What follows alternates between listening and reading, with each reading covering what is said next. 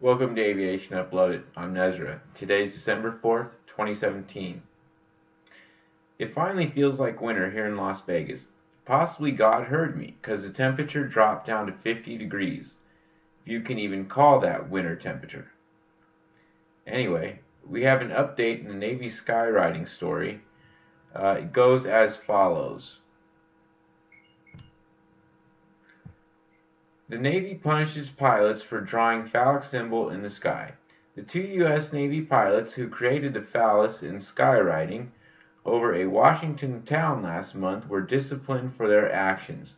According to the San Diego Union-Tribune, while details of the disciplinary action of the two endured as a result of the stunt were not made public, the pilot and backseat aviator of the plane received administrative punishment on November 22nd. The Union-Tribune reported. In November, the aviators had created skywriting in the shape of a phallus over Okangan, Washington, causing quite a stir in the rural community. While those on social media made jokes about the obscene skywriting, Navy officials took the incident seriously. Sophomoric and immature antics of a sexual nature have no place in naval aviation today. Blah, blah, blah. Navy Vice Admiral Mike Shoemaker said in a statement in November. The FAA said it would not get involved since the stunt did not pose a safety risk, according to the Associated Press. In another article, the Navy pilot that drew the penis in the sky said that he publicly is setting out to become a flight instructor. Now that's using his or your head. Okay, on to the quickies. The drone versus NFL. A California man's multiple attempts at dropping anti-media pamphlets over an NFL stadium crowds has landed him in jail after flying over Oakland Coliseum and Levi Stadium during Sunday's games. Tracy Mapes, a 55-year-old Sacramento resident, was cited and released by Santa Clara police for flying the drone in violation of local municipal code. The department spokesman Dan Marino told USA Today and Sports This Week. Here's the DJI Mavic Pro. Just can't get these drones out of the news, can we? This is a cool picture I found in General Aviation News. It reads like this. David West sent in a photo explaining, I flew my aircraft with a colleague from SpaceX to a dry lake bed in Southern California. We collected wind data in support of parachute testing for the Dragon 2 program. We decided to camp there overnight, and I had some fun with glow sticks and long exposure photography. And sure made us at Aviation Uploaded in awe of a really cool picture. Van's aircraft celebrates its 10,000th plane flying. This aircraft picture is number 10,000 itself. The next picture is of a completed RV. That was one being worked on. And, maybe one day I want one of these. Way to go, Van. And I hope one day to be one of your customers.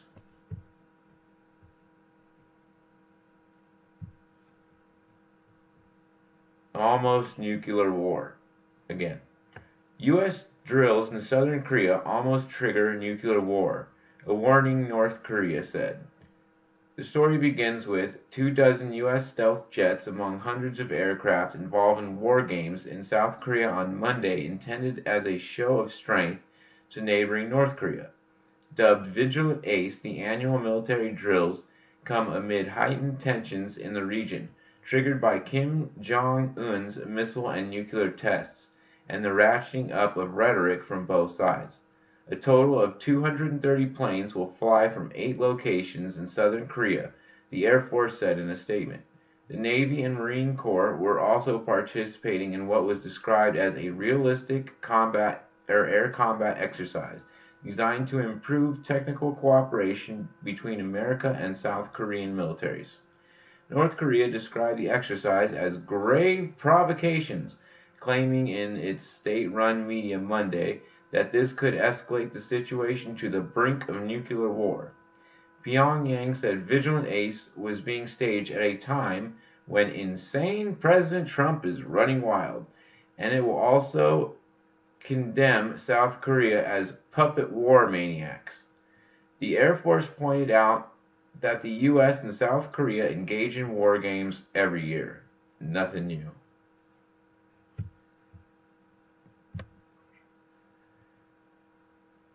I can't ignore this, and it hurts to say that tonight I have 3 air crashes to report.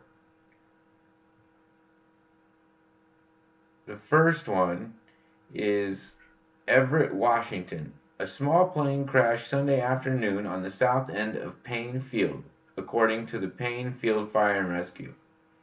A man and woman on board, who later I found out was the instructor and student, were transported to the hospital, as usually what happens in these matters, for precaution. The plane is a single-engine Cessna 152 that's pictured, that crashed under unknown circumstances in a field off the departure end of the runway, about 1:25 p.m. Sunday, according to the FAA. There was substantial damage to the plane, as you can see, and the FAA and the National Transportation Safety Board will investigate, according to the official 3 accidents. Will investigate. And I have a video explaining the next crash.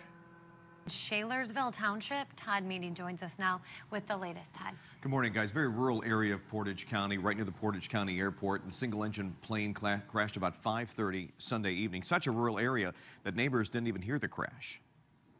I was home and did not hear a thing. It's very quiet out here. And absolutely, this is quite a surprise to me. And my daughter and I were coming home from a choir concert that she had at the high school. So when we came home, we noticed all of the lights and knew something had happened. That's when the FAA arrived on the scene after Ohio State Patrol, Portage County Sheriff, and fire crews were on the scene for several hours last night. Neighbors said they're used to hearing planes. Portage County Regional Airport's only about 2.5 miles away. Sadly, when authorities say the accident happened, the plane dropped straight down into the back of a deck on a home on Nicodemus Road.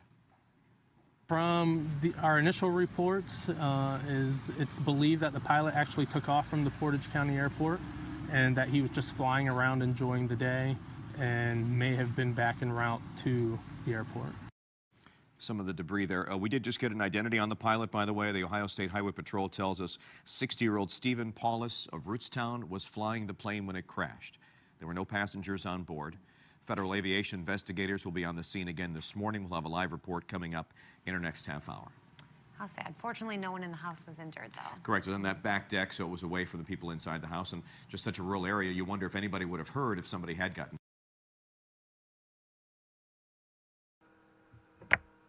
The third crash involves a pilot, 74 years old. He was not injured, crashed in Plateau Township in western Kane County.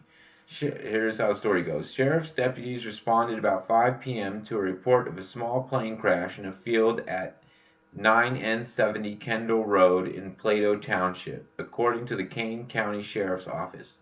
The St. Charles resident was trying to land his Pulsar 912XP, so 912XP, at the Olson Airport, but had an issue with lightning when he came in for a landing and misjudged his approach. The sheriff's office said the homemade plane crashed through a wooden fence surrounding a house, pasture, and a horse pasture, and came to a rest in the belly of the pasture southeast of the landing strip. He was the only person in the airplane and was not injured. His name was Weaver. And that's it. So right after the FAA says that we're doing great with air safety and there hasn't been any crashes in so long, bam, 3. As soon as I report on it too, of course. Next,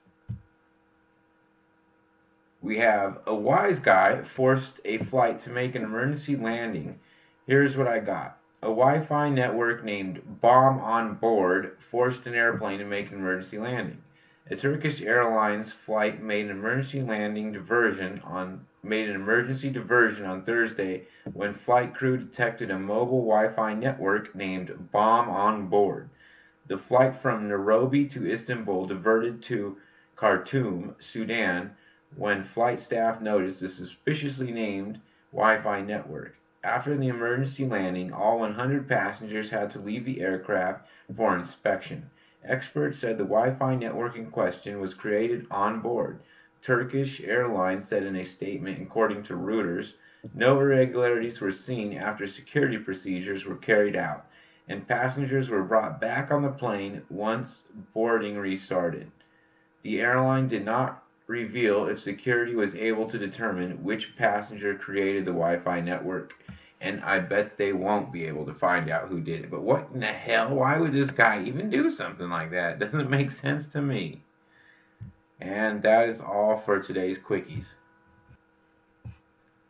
Today's meat of the heart of the show, we're going to do our first article on the Tu-160. Russia is going to start rebuilding these. I have a nice little video to start this article. Blackjack.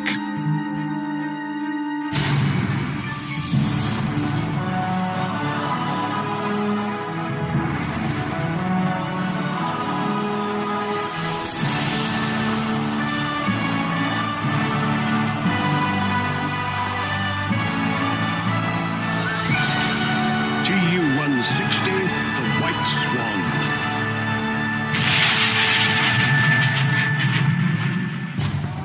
The Tu-160 story dates back to the mid-1950s, a time when the Cold War was ramping up. Both sides were rapidly building up their forces with jet aircraft and anti-aircraft missiles. This confrontation needed more armament, more resources, more money. Atomic weapons became a crucial factor in this military race. The thermonuclear bomb was clearly a significant weapon, but you needed a fast, long-range, high-altitude strategic bomber to deliver it.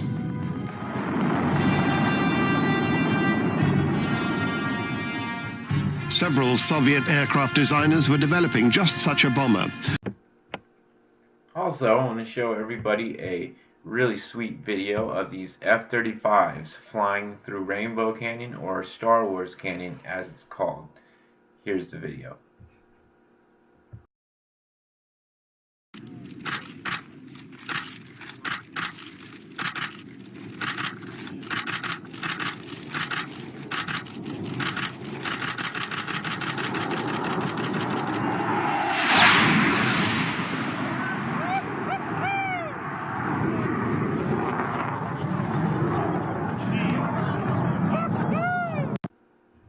Our last story, entitled "We Fire Test Missiles Back," is about ballistic missile submarines. I included the information because it deals with Lockheed Martin and intercontinental ballistic missiles. We fire test missiles back, as in ballistic missile submarines, or boomers. Test fire missiles. Testing their readiness. Here are some interesting specs on what we are counting on for our nuclear deterrence. The 130,000-pound Trident II D5 missile can travel 20,000 feet per second. According to Navy's figures, the missiles cost about $30 million each. The Bulletin of Atomic Scientists further describes the weapon. The Trident D5s carry three types of warheads: the 100 kiloton, another 100 kiloton, and the 455 kiloton